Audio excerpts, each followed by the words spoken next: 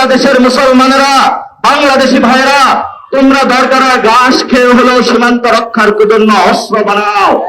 সেই খোদা আমাদের শহীদ উসমান হাদি ভাই এইখানে হলো আমাদের পাশে ঘুমিয়ে রয়েছেন।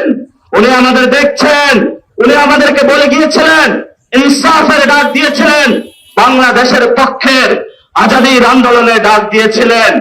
যারা আমরা উসমান হাদি ভাইকে ভালোবাসি, যারা বাংলাদেশকে ভালোবাসি, যারা কবি নজরুলের মন্ত্রে দীক্ষিত আছে, আমাদের সামনে একটি নতুন যুদ্ধ অবতীর্ণ হয়েছে। সেই যুদ্ধের মধ্যে চলে এসেছে গেরুয়া রক্ষী বাহিনী, যারা আমাদের সীমান্তে শুধু 2000 থেকে 2026 সাল পর্যন্ত 2025 জন মানুষ বাংলাদেশি নাগরিককে তারা হত্যা করেছে। প্রত্যেকবারই যখন বাংলাদেশ নাগরিককে তারা হত্যা করেছে, তারা বাংলাদেশে 2025 বার বাংলাদেশের সীমান্ত এবং বাংলাদেশের মানচিত্রের উপরে হলো যুদ্ধ ঘোষণা করেছে। আমাদের যিনি বর্তমান সরকার, ওনারা বলেছিল সবার আগে বাংলাদেশ, সবার আগে বাংলাদেশ আপনি মুখে বলেন, আর সীমান্তে যখন মানুষ মরে তখন আপনার বক্তব্য এবং কাজ হলো সাংঘর্ষিক। এই জন্য বক্তব্য এবং কাজ যখন সাংঘর্ষিক হয় তাদেরকে বলা হয় মুনাফিক। অর্থাৎ আপনি বললেন যে আপনি বাংলাদেশের সংস্কার বাস্তবায়ন করবেন হ্যাঁ ভোটে ভোট দেওয়ার জন্য, জনগণ হ্যাঁ ভোটে ভোট দিয়েছে, এবং বাংলাদেশে কোন সংস্কার আপনি বাস্তবায়ন করছেন না। আমরা যখন এগুলা দেখি তখন আমরা তাদেরকে বলি ভুয়া জাতীয়তাবাদী, ভণ্ড জাতীয়তাবাদী, জাতীয়তাবাদী। যদি জাতীয়তাবাদী হতে হয় তাহলে প্রথমে আপনাদেরকে বাংলাদেশের মানুষের পক্ষে দাঁড়িয়ে সীমান্তের মানুষদেরকে আপনাদেরকে রক্ষা করতে হবে। গতকালকে লালমনিরহাট হাতীবান্ধাতে খাদেমুল ইসলাম নামে এক ভাইকে ঝাঁঝরা বুলেটের আঘাতে তাকে শহীদ করা হয়েছে। সেখানে বিএসএফ বক্তব্য দিয়েছে, তাদের তাল মিলিয়ে বাংলাদেশের যে বাহিনী রয়েছে সীমান্তবর্তী তারাও বলেছে সে নাকি গরু চোরাচালান করতে গিয়েছে।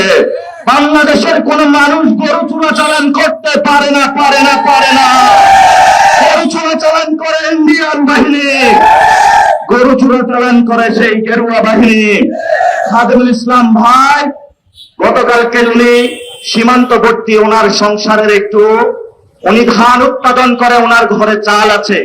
সন্তান তাকে জিজ্ঞাসা করেছে, বাবা আমি চালটা কি দিয়ে খাবো? উনি একজন বাবা হয়ে পকেটে টাকা নাই, মাস্ক ধরার জন্য সীমান্তে গিয়েছিল। তাকে হলো বুলেটের আঘাতে হত্যা করা হয়েছে। অথচ বাংলাদেশ তাকে ভয়ানক উৎপাদন করছে যে তাকে নাকি গরু চোরাচালান করার জন্য হত্যা করা হয়েছে। 2 দিন আগে আমি কসবা সীমান্তে গিয়েছিলাম। সেখানে হলো স্কুল কলেজ পড়ুয়া একটা ছাত্র, এবং সে 5 ওয়াক্ত নামাজ পড়ত। তার সীমান্ত চোরাচালান এবং চোরা কারবারির সাথে ন্যূনতম কোনো সম্পর্ক ছিল না। তাকে হত্যা করা হয়েছে, এলাকাবাসীর কাছে প্রচার করা হয়েছে সে নাকি চোরা কারবারি। এভাবেই আমাদেরকে হত্যা করার, তারা চোরা কারবারি উপাধি দিয়ে একটি হত্যার বৈধতা তারা উৎপাদন করছে।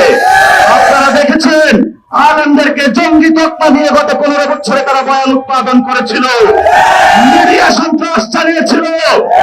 আলেমদের একটাই দোষ, বাংলাদেশে আলেমরা হলো ইসলামকে ভালোবাসে, মসজিদে নামাজ পড়তে যায়, তারা ভারতের সাথে কখনো আপোষ করবে না। এটাই তাদের অপরাধ। এটাই যদি তাদের অপরাধ হয়ে থাকে, সার্বভৌমত্ব ইসলাম যদি তাদের অপরাধ হয়ে থাকে, এই অপরাধের কারণে আমরা ফাঁসিতে ঝুলতে প্রস্তুত আছি, কিন্তু আমরা এটার সাথে আপোষ করব না, করব না ইনশাআল্লাহ। আপনারা জানেন বর্তমান যে সরকারে রয়েছে, সীমান্তে যদি কেউ যায় সেখানে যেই বাহিনী হোক না কেন তাকে গ্রেফতার করতে পারবে যদি সে কোনো অপরাধী হয়ে থাকে, কিন্তু তাকে গুলি করতে পারবে না। এটা একটা আন্তর্জাতিক আইন। স্বরাষ্ট্রমন্ত্রী বক্তব্য দিয়েছেন ওই পারে যদি তারা কাটাতার নির্মাণ করে তাহলে ভারতের এটা আভ্যন্তরীণ বিষয় না। আমরা বলি সীমান্ত মানেই তো আন্তর্জাতিক। আপনি সংবিধান বুঝেন, সীমান্ত বুঝেন না, বুঝেন না। আমরা মনে করি এগুলা হলো ভুয়া সংবিধান বিশেষজ্ঞ। এখন ওখানে আমাদেরকে বলে যে আমরা কি সরকার বিরোধী, আর আপনার নামের দলে হলো জাতীয়তাবাদী। তাহলে তো যে জন্য আজকে আমরা আন্দোলনে দাঁড়িয়েছি, সেই আন্দোলনটা তো প্রথমেই আপনার করার কথা ছিল। কারণ জিয়াউর রহমান আন্দোলন করেছিল, বেগম খালেদা জিয়া আন্দোলন করেছিল, উনি বলেছিল সার্বভৌমত্বের সাথে কোনো আপোষ করবে না। ওদের হাতে গোলামীর জিঞ্জির, ওদের হাতে দিল্লির জিঞ্জির, উনি বলেছিল আমাদের হাতে স্বাধীনতার পতাকা। তাহলে আজকে সেই স্বাধীনতার পতাকা কোথায়? সীমান্তে ভুলণ্ঠিত হচ্ছে। আমরা ইনশাআল্লাহ আমাদের আজাদির লড়াই, বাংলাদেশের সার্বভৌমত্বের লড়াই জারি রাখবো। আমরা এখানে স্বল্প মানুষ দাঁড়িয়েছি। আমরা এখানে কেউ আজকে টাকার জন্য আসি নাই, আমরা কোনো পাওয়ারের জন্য আসি নাই। আমরা একমাত্র বাংলাদেশের সার্বভৌমত্ব রক্ষার জন্য এই রোদের মধ্যে দাঁড়িয়ে আছি। সেই কথাটা বলে শেষ করব। আমাদেরকে যেই তারা সবক দিয়েছে, বাংলাদেশে নাকি সীমান্তে হলো মাদকের চালান হয়, চোরা কারবারি হয়, তাহলে স্বরাষ্ট্রমন্ত্রী কি করে?